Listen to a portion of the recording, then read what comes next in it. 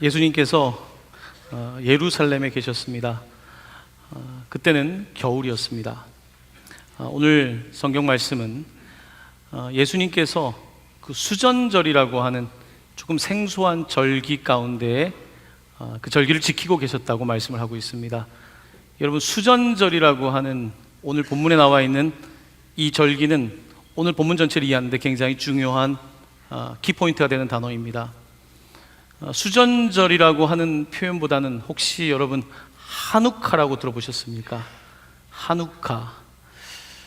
미국에 유대인들이 많기 때문에 크리스마스 12월 달이 되면 이제 크리스마스 용품을 많이 팔죠.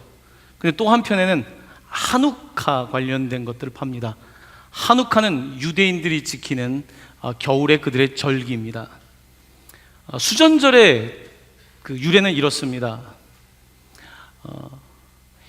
이스라엘 백성들이 BC 2세기, 기원 전 2세기 그때에 시리아의 통치를 당하고 있었습니다.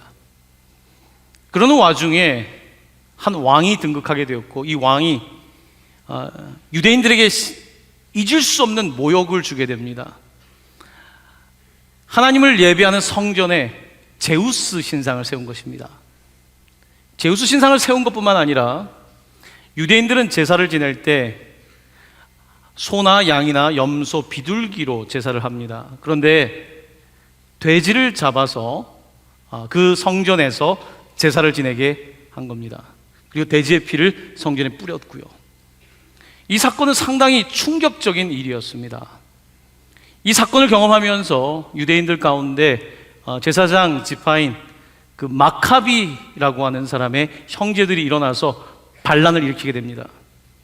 그리고 이 마카비 형제의 반란을 통해서 그들을 지배하고 있는 그들을 몰아내게 되고, 그리고 성전에서 다시 예배를 하면서 다시 성전을 재봉헌하는 바로 그 절기를 일컬어서 수전절, 하누카라고 부릅니다. 수전, 그 전을 다시 닦는 그와 같은 절기입니다. 이 수전절에 예수님께서는 예루살렘 성전에 계셨고, 오늘 본문에 보면 예수님께서는 솔로몬의 행각에 거니셨다고 되어 있습니다. 당시 예수님 시대에 이미 솔로몬 성전은 무너져 있었고, 그리고 스룹바벨 성전이 있었는데 이 성전이 워낙 작다 보니까 헤롯 대왕이 성전을 재건축 중이었습니다. 사람들은 헤롯 성전보다 솔로몬이 지었던 그 흔적이 있는 그곳에 모이기를 좋아합니다. 지금도 이스라엘 백성들은 통곡의 벽에 가는 이유가 바로 거기에 있습니다. 바로 그 솔로몬의 행각에서 예수님께서 사람들을 가르치고 계셨습니다. 솔로몬은 성전을 세웠던 사람이고, 솔로몬 시대가 이스라엘의 가장 영광스러운 시대였고, 바로 그 행각, 솔로몬이 재판했던 곳에서 예수님께서 사람들에게 지금 가르침을 주고 있는 장면입니다. 자, 이런 장면 가운데에서 유대인들이 예수님께 와서 이렇게 질문을 합니다. 여러분, 성경에 오늘 24절 말씀입니다. 이 질문을 저와 함께 한 목소리로 봉독합니다. 유대인들이 애워싸고 이르되 당신이 언제까지나 우리 마음을 의혹하게 하려 하나이까? 그리스도이면 밝히 말씀하소서 하니. 자, 유대인들이 예수님께 와서 왜 우리의 마음을 왜 우리의 마음을 혼미하게 합니까? 당신이 그리스도면, 메시아이면 그러면 그렇다, 아니면 아니라고 말을 해달라고 이야기를 하고 있습니다. 자, 메시아, 그리스도는 기름 부음 받은 자라는 뜻이고, 유대인들은 자신들을 구원해 줄 메시아를 열망하고 있었습니다. 지금도 그들은 메시아를 기다리고 있지요. 자, 그런데 예수님께서 그들에게 그러면 본인이 그리스도면 그리스도다 라고 답변을 해주시면 되는데, 그런 답변을 하지 않습니다. 왜 예수님은 그런 답변을 하지 않으실까요? 자, 오늘 수전절이라고 하는 단어가 중요하다고 말씀드렸는데요, 지금 이들이 그리스도라고 물을 때의 그 그리스도는 그들을 구원해줄 정치적, 군사적인 힘을 가지고 있는 마카비 형제와 같은 그런 메시아였던 것입니다. 지금 현재는 로마의 압제 가운데 있습니다. 마카비, 그 대범했던 그 마카비 형제처럼 우리를 다시 로마의 압제에서 구원해 줄 그리스도가 맞습니까? 라는 질문을 던지고 있는 것입니다. 예수님께서는 그리스도라고 하는 말을 스스로 내뱉지 않습니다. 왜냐하면 예수님이 말하는 그리스도와 그들이 말하는 그리스도가 단어는 같지만 그 의미와 해석이 완전히 다르기 때문에 그렇습니다. 여러분, 사실 단어도 중요하지만 그 단어를 어떻게 이해하는지가 더욱더 중요한 경우가 많습니다. 그리스도라고 말하지만 저마다 생각하는 그리스도가 다 다른 것입니다. 예수님께서는 그래서 그리스도라고 답변하고 있지 않습니다. 여러분은 어떻습니까? 우리도 예수님을 예수 그리스도라고 부릅니다. 하지만 우리도 그리스도라고 부를 때에 우리가 바라는 그리스도를 말하는 경우가 많이 있습니다. 정치적인 메시아, 혹은 나에게 경제적인 풍요함을 줄 수 있는 메시아, 혹은 내가 원하는 것들을 줄 수 있는 그와 같은 힘을 가진 그리스도를 원하는 경우가 많이 있습니다. 예수님은 그와 같은 질문을 던지는 사람들에게 그리스도다 아니다라는 답변을 하지 않으십니다. 왜냐하면 말해봤자 오해할 것이고 말해봤자 자기가 생각하고 싶은 대로 생각할 테니까 예수님께서는 거기에 대해서 굳이 그렇게 답변할 이유가 없는 것입니다. 그럼 예수님은 어떠한 메시아, 어떠한 그리스도일까? 마카비와 같은 그리스도는 아닐 것입니다. 예수 그리스도는 이 땅에 오셔서 정치적, 군사적 힘을 가지고 왕으로 군림하신 분이 아니라 자기 자신을 내어주신, 자기 자신을 죽기까지 내어주신 그리스도라는 것입니다. 자기 자신을 내어줌으로 말미암아 세상을 얻는 방식의 그리스도, 사람들에게는 이해하기 어려운 그리스도였던 것입니다. 그런 사람들에게 예수님께서 어떠한 말씀을 할 수 있겠습니까? 사실 제자들도 예수님이 그리스도라고 하는 사실을 정치적 메시아 정도로 생각했습니다. 고통받고 십자가에 매달리는 그리스도는 그들에게 상상할 수 없는 일이었기 때문입니다. 제자들도 이해하지 못했습니다. 그런데 예수님께서 십자가에서 죽으시고 부활하신 이후에 그들은 이제 깨닫게 된 거예요. 아, 예수 그리스도는 우리가 생각하는 정치적인 세상을 지배하는 힘을 가지고 있는 그리스도가 아니라 자기 자신을 철저하게 내어주는, 자기 자신을 온전히 내어주는 그리스도라고 하는 사실을 그들도 깨닫게 된 거예요. 나중의 일입니다. 우리는 사실 어떤 일을 깨달을 때에 그 당시에 깨닫기가 참 어려운 것들이 많은 것 같습니다. 부모님들이 하신 말씀이 그때는 이해가 안 됐습니다. 근데 조금 더 세월이 지나가 보니까, 내가 부모가 되어 보니까, 내가 그 나이가 되어 보니까 깨달아지는 것들이 있습니다. 몰랐습니다. 부모님이 돌아가시고 나서 깨닫게 되는 일들이 많이 있습니다. 살아생전에는 몰랐습니다. 돌아가시고 나니까 부모님이 하셨던 말씀이 기억나는 거예요. 예수 그리스도께서 십자가에서 죽으시고 부활하시고 승천하신 이후에 제가 깨닫게 됩니다. 아, 그런 말씀이셨구나. 예수가 그리스도라고 하는 표현은 내가 생각하는 그런 그리스도가 아니라 바로 그 예수가 그리스도이시구나. 이 사실을 나중에 깨닫게 되는 것입니다. 예수님은 살아계실 때의 제자들에게 또한 사람들에게 가르치시는 방식이 주로 비유였습니다.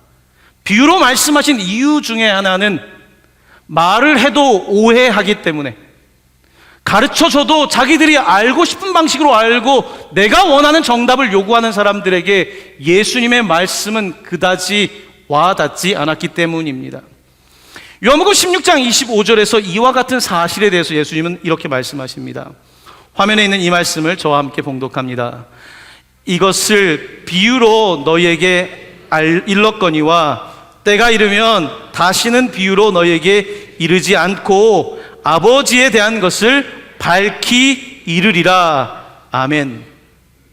지금 이 유대인들이 밝히 의혹을 없애고 그리스도인지 아닌지를 보여달라고 하는데, 예수님께서는 이게 사람이 설명해서 될 것이 아니라 때가 되면, 성령께서 오시면, 진리의 성령께서 오시면 너희들에게 밝히 깨닫게 할 것이다 라고 말씀하고 계신 것입니다. 오늘 본문에 등장하는 인물들과 우리도 그렇게 다르지 않을 수 있습니다. 우리도 각각 내가 원하는 그리스도를 생각할 뿐 그리스도가 원하는 그리스도에 대해서는 무관심할 때가 많이 있다는 것입니다. 자, 이렇게 묻고 있는 의혹이 많은 사람들에게 예수님은 어떻게 대답하실까요? 25절부터 26절까지의 말씀입니다. 이 두 구절의 말씀을 함께 봉독합니다. 예수께서 대답하시되 내가 너희에게 말하였으되 믿지 아니하는도다. 내가 내 아버지의 이름으로 행하는 일들이 나를 증거하는 것이거늘 너희가 내 양이 아니므로 믿지 아니하는도다. 아멘. 여러분 26절을 보십시오. 다시 이 말씀을 한번 되씹어 보시길 바랍니다. 함께 봉독합니다. 너희가 내 양이 아니므로 믿지 아니하는도다. 아멘. 지금 예수님께서 증거를 보여주셨습니다. 지금 요한복음 9장 전체에는 날 때부터 앞을 못 보는 사람이 실로암 못에 가서 씻고 앞을 보게 된 사건이 전개되고 있습니다. 어떠한 사람도 이런 기적을 베푼 일이 없습니다. 지금 증거가 여기저기에서 나오고 있고 그들도 예수가 그리스도 아닌가에 대해서 묻고 있는 것입니다. 근데 그들은 증거가 있어도 믿지 않습니다. 아무리 또 다른 증거를 대줘도 믿지 않을 겁니다. 왜냐하면 믿지 않기로 이미 작정되어 있기 때문이겠죠. 내 입맛에 맞는 건 믿지만 내 입맛에 맞지 않는 것은 믿지 않기로 이미 결정되어 있는 사람에게 무슨 말을 한들 그것이 설득력이 있겠습니까? 자, 그런데 예수님의 말씀을 귀를 기울여 보십시오. 예수님은 이렇게 말씀하십니다. 너희가 내 양이 아니므로 믿지 아니하는도다. 믿지 않는 이유는 증거 부족이 아니라 내 양이 아니기 때문이라는 거예요. 여러분, 우리는 보통 내가 알면 믿는다고 이렇게 이야기를 합니다. 증거가 충분하면 믿겠다고 이야기합니다. 과연 그럴까요? 우리가 다 알게 되면, 다 이해하게 되면 믿음이라는 것이 생겨날까요? 믿음의 세계는 그렇지가 않습니다. 오히려 믿게 될 때에 이해가 되기 시작합니다. 이게 합리적인 지성을 가지고 있는 사람들에게는 굉장히 어려운 겁니다. 아니, 내가 알고 더 증거를 가져야지 믿지, 어떻게 믿고 나서 이해를 하는가라고 반문할 수 있습니다. 하지만 믿음이란 그런 것입니다. 내 양이 먼저 돼야지 믿게 된다는 거예요. 겪어보면, 예수님을 겪어보면 믿게 된다는 거예요. 여러분, 우리는 신앙을 갖게 될 때에 다 알고 신앙을 갖게 되셨습니까? 아니에요. 어떻게 하다 보니까 교회를 오게 됐어요. 어떻게 하다 보니까 예배를 몇 번씩 드리게 됐어요. 근데 놀랍게도 믿어지기 시작하는 거예요. 믿어지는 거예요. 왜냐하면 내가 이제 속하니까. 내가 이제 먼저 소속을 하고 나서 믿어지는 방식으로 믿음의 세계가 열리는 것을 보게 됩니다. 요즘 현대인들은 의심이 많죠. 오늘 본문에 있는 사람들처럼. 어떻게 믿어요? 어떻게 내가 거기에 믿고 소속을 둘 수 있어요? 요즘은 연애할 때도 예전과는 좀 다르죠. 썸을 탄다 그러지 않습니까? 간만 보는 거죠. 깊이 들어갔다가 서로 상처되면 안 되잖아요. 우리는 지금 소속하는 것에 대해서 굉장히 두려워합니다. 어떻게 결혼을 합니까? 그 사람을 어떻게 믿고요? 두려운 일이죠. 소속한다는 것은요. 어떻게 주님의 양이 됩니까? 어떤 목자인지 알고. 우리는 끊임없이 소속하는 것에 대한 불편함을 가지고 적당한 거리를 유지하려고 합니다. 이런 현대인들은 소속감이 상당히 약한 이와 같은 결과로 인해서 외로움이라고 하는 감정을 많이 느끼게 되어버렸습니다. 현대인들은 모든 세대를 걸쳐서 가장 외로운 세대예요. 왜 그러냐면 소속이 불분명하기 때문에 그렇습니다. 적당히 소속하고 있는데, 적당히 헌신하고 있는데 외롭지 않을 수 있겠습니까? 여러분, 외로움을 극복하려면 전적으로 소속해야 되는 거예요. 나를 다 줄 때 외로움이 사라지는 거지, 내가 여기도 조금 저기도 외로움은 계속 증폭될 뿐입니다. 특별히 요즘 SNS를 많이 하는 시대에 이런 수천 명의 친구가 있을 수 있습니다. 하지만 많이 알고는 있지만 소속된 건 아니에요. 쉽게 넣었다 뺄 수 있는 거예요. 이런 세대를 살아가면서 현대인들은 굉장히 외롭습니다. 소속이 약하기 때문인 거예요. 여러분, 신앙이라는 것은 소속이에요. 소속감이에요. 여러분, 우리 가정의 달인데 가정을 선택하는 사람은 있습니까? 없어요. 내가 부모를 통해서 그냥 태어난 거예요. 하나님의 계획 속에 태어난 거예요. 내가 원하는 부모가 아닐 수 있습니다. 내 친구의 부모보다 못할 수 있습니다. 하지만 내가 내 친구의 부모에게 소속될 수는 없는 거예요. 소속은 내가 어디에 있든지 분명한 거예요. 이게 내 소속인 거예요. 자, 그런데 그 소속에 있다 보면 어떻습니까? 가족이 되는 거예요. 부족하지만 가정이 되어 가는 거예요. 결혼 초에는 갈등하고 다툴 수 있습니다. 하지만 서로가 소속되기 시작할 때에 사는 거예요. 그렇게 그 과정을 통해서 믿음이 생겨나는 거예요. 상대방의 약점이 안 보이는 게 아닙니다. 하지만 믿음이 생겨나는 거예요. 바로 소속을 하면서 믿음이 생겨나는 건데, 지금은 반대로 생각합니다. 알고 나면 소속하겠다는 거예요. 어디까지 알고 나면 소속을 할 수 있겠습니까? 그러므로 현대인들은 영원한 회의론자가 되고 있는 거죠. 적당한 헌신과 적당한 소속 때문에 늘 끊임없는 외로움 속에 스스로 빠져 있는 것을 보게 됩니다. 오늘 예수 그리스도께서는 우리에게 말씀하고 계십니다. 너희들이 지금 믿지 않는 것은 지금 증거의 문제가 아니라 양이 아니기 때문에, 그럴 마음이 없기 때문에, 내 거를 내려놓고 소속되고 싶은 마음이 없잖아요. 지금 그렇게 고통받는 메시아를 따라가고 싶은 마음이 없거든요. 이왕이면 마카비의 형제 같은 메시아 그리스도를 따라가고 싶은데 내가 뭐하러 이런 데 소속되겠습니까? 여러분, 우리는 소속을 따지지 않습니까? 이왕이면 근사한 데 소속되고 싶지 않습니까? 이왕이면 근사하고 멋진 삶을 살고 싶지 않습니까? 그런데 왜 십자가를 지는 예수 그리스도와 같은, 그와 같은 사람을 믿는 공동체에 소속돼야 됩니까? 현대인들은 끊임없이 질문에 질문을 던지며 소속되지 않는 삶을 살며, 그러므로 믿음이 부족하다는 것을 보게 되는 것입니다. 물론 교회의 책임도 있습니다. 소속을 불안하게 하는 이유 가운데 하나는 워낙 이단이 많기 때문에 그런 거예요. 혹시 이단 아닐까? 어떤 분들이 동강교회 와서도 혹시 여기 이단 아니에요? 라고 저한테 물어보는 분이 계세요. 그건 여러분의 판단에 맡기겠습니다. 내가 이단이라고 해도 안 믿을 사람은 안 믿을 것이고, 이단이라고 해도 또 목사님은 이단 아니에요 하고 올 사람도 있을 테니까요. 여러분, 각자 자신의 주관적 판단을 가지고 살아가면서 우리는 소속되는 것에 대해서 상당히 알레르기 반응을 가지고 있는 것을 보게 됩니다. 하지만 소속이 없는 사람은 궁극적으로는 불안한 것입니다. 외로운 것입니다. 오늘 우리는 양이 될 것인가 말까가 중요한 거예요. 난 소속될 것인가 말 것인가. 2005년 터키 이스탄불에 아주 끔찍한 사건이 하나 벌어졌습니다.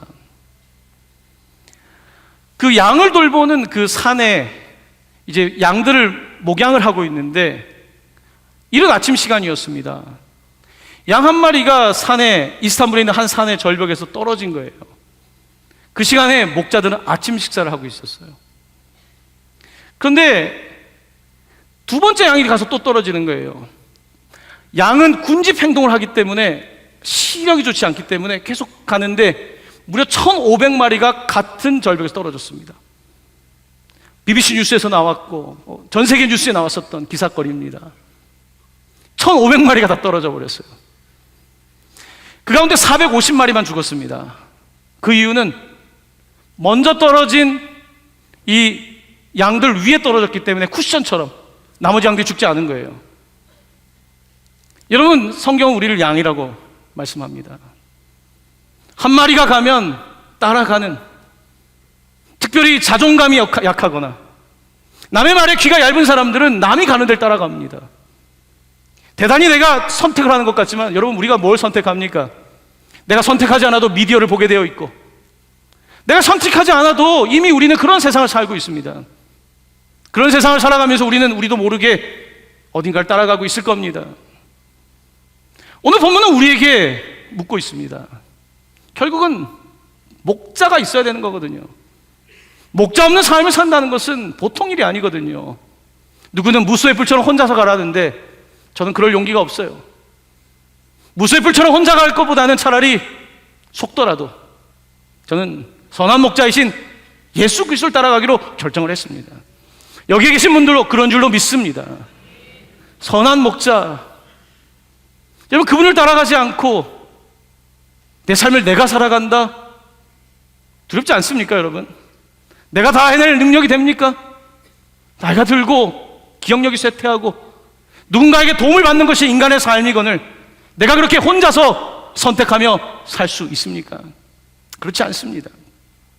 요즘 김영석 교수님, 연대 명예 교수님의 이야기가 참 많죠. 최근에 또 책 한 권이 출판되었습니다. 100세지만 참 넉넉한 삶을 살고 있는 것 같아요. 오랜 동안 아내를 병수발했습니다. 내가 병수발하지만 아픈 아내가 내가 같이 소속되어 있는 게 좋은 거예요. 불평하지 않고 그 아픈 아내를 돌봤어요. 100세를 살다 보니까 같이 철학을 논하고 사상을 논했던 친구들이 다 세상을 떠났어요. 혼자예요. 물론 자식은 있지만 다 출가하지 않았습니까? 100세 된 노인, 너무 외롭지 않겠습니까? 그렇지 않습니다. 이 김영석 교수는 지금도 하루에 10시간을 일을 해요. 일주일에 한 3번 정도는 수영을 하고 10시간을 책을 읽고 글을 써요. 어떻게 그는 그런 삶을 살 수 있을까? 그는 소속이 확실한 거예요. 믿음이 있는 거예요. 여러분, 어차피 이 사람을 믿는다고 해서 다 되는 건 아니거든요. 작별할 때가 오는 것이거든요. 지금 김영석 교수는 지금 100세가 되어서도 내가 만난 하나님에 대해서 이야기를 하고 있는 거예요. 여전히 그의 인생을 달릴 수 있게 하는 그 원동력, 그것은 바로 주님과의 관계예요. 관계. 그분과 함께하고 있기 때문에 100세가 되었지만 여전히 주님 안에 있는 것입니다. 여러분, 예수님이 가족이 있었습니까? 물론 마리아가 있고 형제들이 있었지만 아내도 없었잖아요. 사도 바울에게 가족이 있었습니까? 근데 그들은 외롭다고 불평하지 않습니다. 왜요?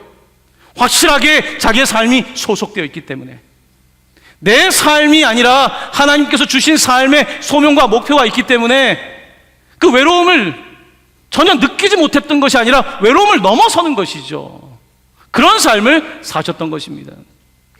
오늘 우리는 세상을 살아가면서 소속보다는 내가 입맛에 맞게 선택하려고 합니다. 그런 사람들은 여전히 의혹 속에 삽니다. 의심하고 지성을 가졌다고 하지만 결국은 여기도 소속을 못하고 저기도 소속을 못하는 상당히 비판적인 사람으로 끝나는 경우를 보게 됩니다. 하지만 오늘 우리가 함께 읽지 않았지만 요한복음 바로 앞장에 나와 있는 9장에 있는 실로암에서 눈을 뜨게 된 소경, 그는 지금 의심하고 그럴 삶이 아니에요. 지금 내가 보이지도 않아요. 내 눈을 뜨게 한 이가 있는데 어찌 내가 믿지 않을 수 있겠습니까? 그는 예수를 믿습니다. 그는 예수의 양이 됩니다. 그는 양이 되고 그리고 나서 믿게 되는 거예요. 많은 사람들이 믿음을 거부하는 시대를 살고 있습니다. 요한은 오늘 우리에게 가르쳐 줍니다. 요한복음에서 가장 많이 쓰는 동사 중에 하나가 오늘 설교의 주제 가운데 하나인 거하다는 동사예요. 거한다. 나는 포도나무고 너희는 가지다. 내 안에 거해라. 나와 함께 살아라. 그리하면 너희가 열매를 많이 맺게 될 것이다. 그저 멀리서 의혹하고 의심하는 수준이 아니라 먼저는 내 양이 되고 먼저는 나의 가지가 되고 같이 붙어 있으면 우리가 놀라운 열매를 맺게 될 것이다. 예수님께서 그렇게 말씀하고 계시는 것입니다. 우리는 요즘 소속하는 게 두려운데 특별히 교회도 소속하기가 두렵습니다. 여러분, 교회 그냥 한번 왔다 가면 되는 곳이지 굳이 내가 소속할 필요 있을까요? 많은 분들이 그렇게 생각할 수 있습니다. 하지만 차이가 있습니다. 내가 소속을 했을 때의 믿음과 내가 멀리서 그저 바라볼 때의 믿음은 다를 수밖에 없어요. 옆에 우리에서 바라보는 이 목자 다르거든요.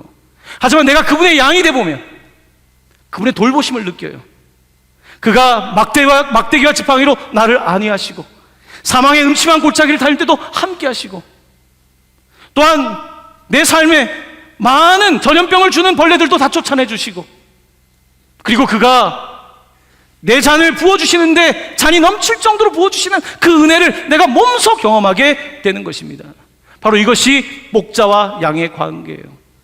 근데 오늘 우리는 그와 같은 주님께서 주시는 관계에 초청이 있음에도 불구하고 적당한 거리를 유지하면서 나름대로 좀 세련되게, 나름대로 적당하게 쿨하게 관계를 맺으며 살아가려고 합니다. 여러분, 예수님과의 관계는 적당한 쿨한 관계가 아닙니다. 예수님과는 그런 관계가 될 수 있는 그런 존재가 아닙니다.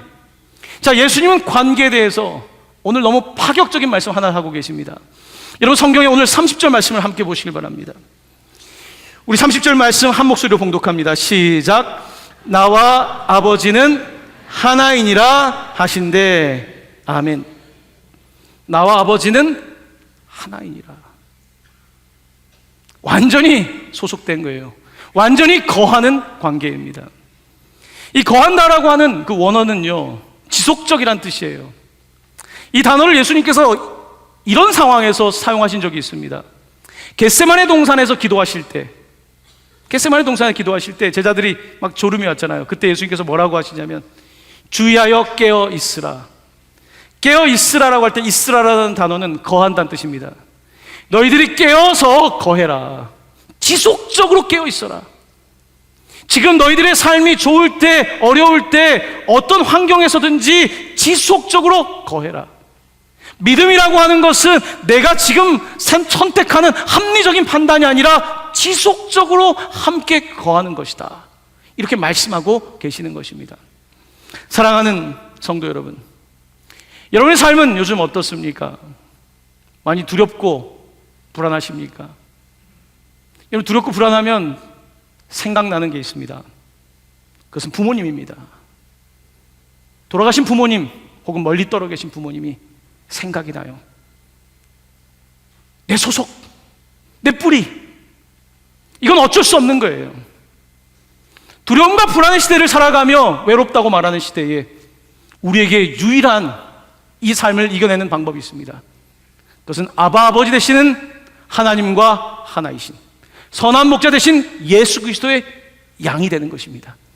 그는 우리를 한 마리 한 마리의 양으로 세실 뿐만 아니라 우리를 이름을 아시고 우리를 돌보시고 우리가 하나가 되려는 바로 그런 선한 목자이시기 때문입니다.